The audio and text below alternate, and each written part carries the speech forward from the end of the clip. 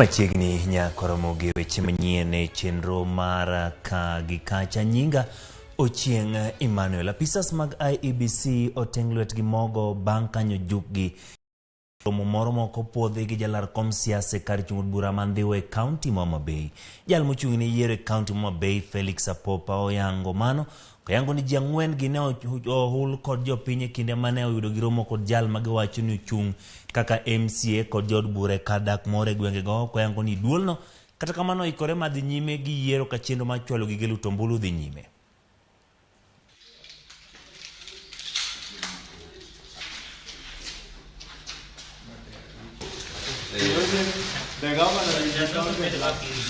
Ka luwore gi weche mag manyotimore ndhiwa miwacho ni yud jo IEBC moko ka wuoyo gi jogo ma jochung' en adier ni jogo ang'wen moko mane wa train ni dhi konyo e tijno ndhiwa nye goyo mbaka gi candidate moro. Candidate no wachore ni candidate no nyole gin bende ne gipimo kanyo bila no release jogo ni IEBC waneno gi to gi weche mag kaka ne giwacho gi mbaka go koro ne migi thuolo matin ni tich ma watimo ni chal kama koro dhi tamo gi nikech ka gisechako bedo gi jogo mag mbaka gi jogo mochungo kwa ng'eyo ni gichiko kanye koro nyawa golo gi ni ok gibitiyo kodwa to wa replace gi to yiero pod dhi mbele mano kutam yiero dhi mbele.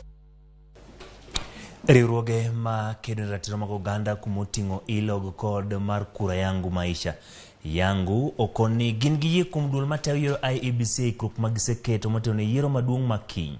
Kata kamano gikoni ok owinjo IEBC we thuolo mar ng'ikruok moro amora kinde yiero ka gikwayo bila mondo ti kod telo magin go e yo makare kinde yiero.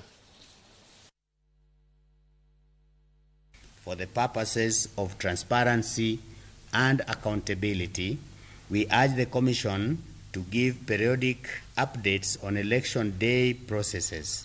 To parties and candidates, we urge adherence to the Code of Conduct and exercise restraint to allow the Commission to discharge its mandate, especially on the results management process. To the security agencies, ELOG encourages you to show a high level of professionalism. Wafahamu ya kwamba risasi ambazo wanatumia na vifaa ambavyo wanavitumia havikutengenezwa kuwamaliza wananchi. Kwa hivyo isitokee ya kuwa tupate habari kama tulizopata wakati mwingine mtoto ameuliwa na polisi wakati wa vurugu vya siasa, sijui mama fulani amepigwa, watu wamekimbizwa. Ikruok ne yiero duchi makinye kaunti wa Migori ni etielo mogik. Meneja ma yiero mar IEBC kaunti no Ben Moseti wacho ni gisedo gige luto mbulu duto ka gine chenro mar chwalo gie kuonde luto mbulu 1017 kaunti no kapok odiochieng' ma kawuono rumo. Oyango ni weche mag arita bende oseket makare ka kuonde luto mbulu duto biro bedo kod apisas mag obila ariyo mabiro keto arita. Bende oyango ni moko ma apisas mochung' ne yiero biro molo ka achiel kod apisas mag obila e chula ma Migingo manigi joluto mbulu 49 ne weche mag luto mbulu. Bende olero ni gisedo gige yango joluto mbulu kiem skit mamoko mabiro konyo kuonde mabiro tiyogo kwamo ka bende weche mag chwalo duoko seket makare kibiro tiyo kod sime manigi lony mar satellite. Kama mwonafyo hapa ni tallying center ya Suna West ambapo matayarishi bado yanaendelea ya kukusanya vyombo vyote vya kila kituo cha kupiga kura ili kesho tuamkapo asubuhi wapiga kura wapate tumejitayarisha vizuri. Tumepata vyombo vyote vya upigaji kura. Ballot papers tayari zishafika na ikifika saa 5 ya leo tunatarajia agents wache waangalie waone vile tunapeana hizo ballot papers ikienda katika vituo. Kwa ya matayarishi yote sisi tuko tayari, tuko sawa. Tumepata kila kitu tulikuwa tunahitaji. Returning officers mbalimbali wako katika vituo sahihi wakiendelea na kukusanya na kupeana hivi vyombo vya upigaji kura. We have done very well with the KIMS kits, but should there be any problem, we have 6 kits per ward. We will rush to any station where there is a problem and we'll be able to solve it. We already have a speed boat in place to take us to Migingo and back, assisted by the Police Service Commission. So Migingo, we are very ready and we have no problem. Even the lighting systems now, we are lighting our polling stations using the solar lamps, and therefore we don't have a problem about Migungo. Distributing satellite phones to every county constituency tallying center, and then we'll take one to Migingo, where we will transmit our results from Form 34A. Kawuok Migori wadhi e county Masaya Uganda e county Masiari to kod geno yiero makiny. Jopiny moloso gi Ramogi TV onyiso geno ni yiero no dhi timore e yo maratiro kod adieri, ka bende gigeto mondo oko mar luto mbulu. Ne jotendwa mondo girange joma wa mama, kik wabede jok moko maka dwaro gimoro ni tidhiro wa gi chien. To mokwongo ne vijana, an dhako okaluor mar wacho, wan mitiyo gi nyithindwa kitere siasa ni mondo dhi ogoji. Ojende man ka akwayo kik ti kodi nekech onge jatelo mabiro golo nyathine ni mondo dhi ogol lweny kamoro. To gimokwongo mondo benu ng'e, wuog uru oko udhugo kura. Kika winu wacho ni gini wasekao to pok wakawe. Koso wasekao? Pok wakao. Koro gimubedi kung'ewu ni chieng' tich ariyo ojende dunir na kacha wuok tich. Osepogwa firimbe kendo jotelo wuok koni koda koni mopogore. Vijande osewuogo mok nyal kata dai mok nyal.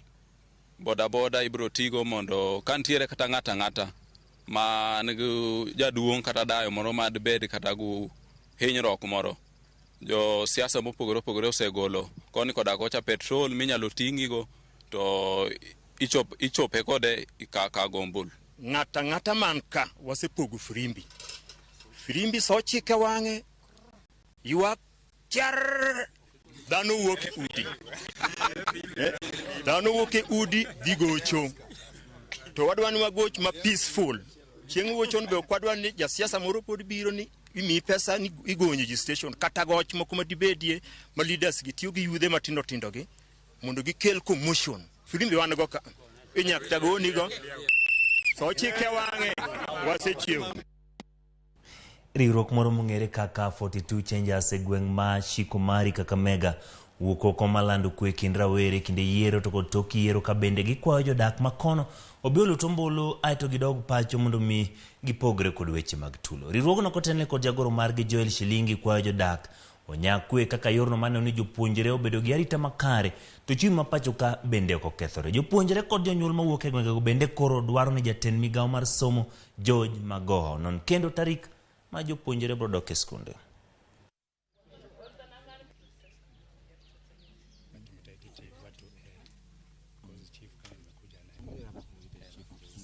Tukumbuke ya kwamba after uchaguzi kuna maisha ambayo yanafaa yaendelee. Sasa tunahimiza sana vijana ambao ni rika kama hizi zetu wachukue ushukani na wapige kura vizuri, wapigie yule ambao wanahitaji, na wakisha piga kura warudi nyumbani watulie.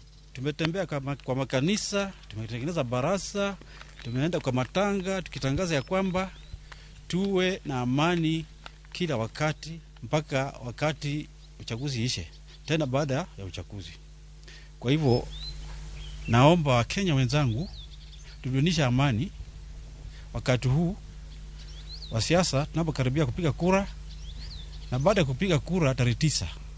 Nataka kuhimiza wale ambao wamegombea wote wakubali matokeo, na kama kuna yeyote ambaye hata kubaliana na matokeo ambayo atakuwa ametoka, ako na uhuru wa kutumia njia zote za kisheria, aende kotini alafu apate haki yake. Tunataka tuhimiza amani wakati huu. Vijana, msikubali kutumiwa na wanasiasa, mdumisha amani wakati wa kura na baada ya kura. Kura ya amani nyumbani. Tunaona kwamba tunaweza kurejea ule mwaka wa 2007 wakati ambapo tuliumia sana, wananchi walikufa, kulikuwa na visa vingi sana. Naomba siku ya leo wananchi wa Kenya tuwe na amani. Tunapoenda kupiga kura tuwe na amani. Tukiwa na amani hata watoto wetu watarudi shuleni.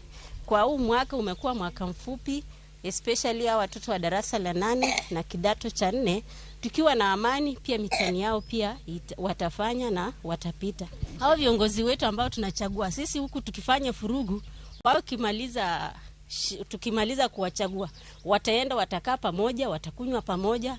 Kwa hivyo hata hawatakujua wewe. Hata wakikupiga hiyo during election, wakikuumiza, hawatakuja hata matanga yako. Kwa hivyo sisi tufanye election ya amani na tusikue na furugu hiyo siku.